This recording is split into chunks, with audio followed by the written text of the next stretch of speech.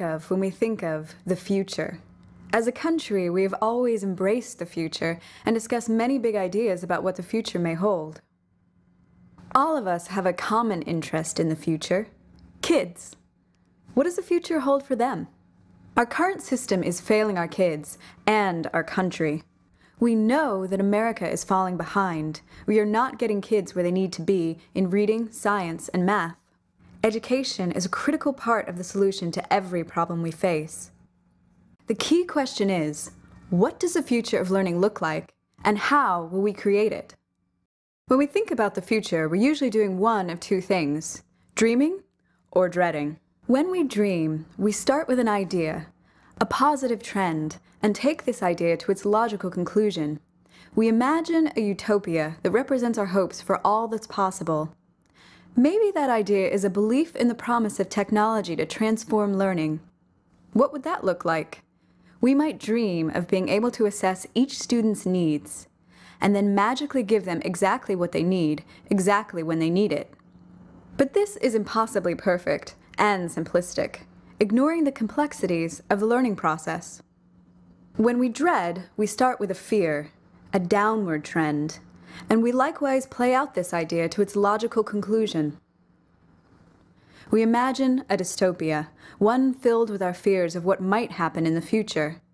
Here, the very same issue, the use of technology in the classroom, might veer off in a completely wrong direction with dreadful outcomes. Kids trapped in a matrix of robotic instruction. Of course, this is equally simplistic and ignores technology's potential. Whether dreaming or dreading, our role in the future we imagine is usually passive, where the future is something that happens to us and to those around us. But there's a third way we can think about the future. Between dreaming and dreading lies designing. For designers, the future isn't a far-off place. It's a place where they work every day. Design is a form of activism.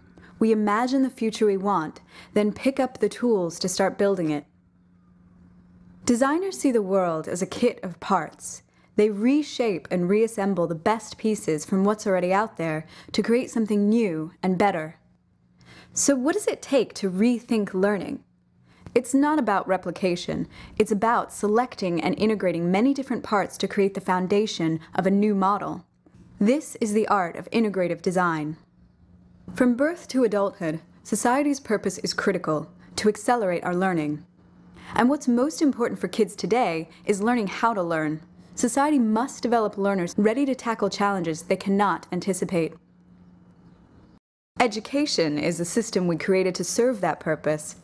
Over 100 years ago, we invented modern schooling to send kids to one of three main places: the factory, the farm, or the university. We always lost some kids, but this model provided a middle-class life for most and economic growth. Over time, the economy changed. Farm jobs diminished and office jobs surged. College grads always had better access, but there was also a path straight from high school to the office. As office work changed, it got harder to get there from high school. Eventually, that path disappeared. College became the main path to opportunity. We started sending more kids to college, but we didn't change the overall system. Education broke down, trapping too many kids on paths that no longer made sense for them or for the country. As farm and factory jobs continued to decline, we started to lose even more students. The retail sector rose up to catch them, but these low-skill, low-wage jobs often failed to move kids forward in life. With the decline of good jobs, kids had nowhere to go. Retail increasingly offered the only alternative. We lost even more students to dead-end futures. More high school graduates tried to get into college, but found they were not prepared for success, academically or financially. Fortunately, community colleges emerged to help people re-engage in their own learning and seek new pathways forward. They helped many students get back on track, but most students still found their way to community college on their own, or by accident. Today, far too many kids exit the K-12 system feeling stuck. Our model of school is broken. To understand how it's broken, we need to look inside. We see a system of 6 parts which create a student's experience. First, what they learn, and how we know they're learning, and also where and when learning happens and who's involved. How we configure these parts determines how kids move through the learning process. More often than not, these parts form rigid barriers blocking the way forward, or putting kids on the wrong path. Various innovators have focused on adjusting one or two of these parts to help kids move forward. This has spurred important progress. But this approach is not the answer. What we need is learning integrated, by design, addressing all parts at once rather than one or two in isolation. When we get this right, we make it possible for kids to accelerate their learning, to move forward in the direction they want to go. The best design models require kid power. Students must apply themselves to the learning process. It's our job to give them this chance, and we believe that's more possible now than ever before. Our research shows that a few key attributes are central to the new models we need. Future of learning models must be personalized, learner-driven, applied, cost-effective, and tech-enabled. And of course, kids don't power this system on their own. For every model, a set of outside conditions can either block its progress or help it take off and really work for kids. Without the right conditions, better models cannot take hold and scale. But just imagine what the future of learning would look like if we aligned these new models with the conditions that help them succeed.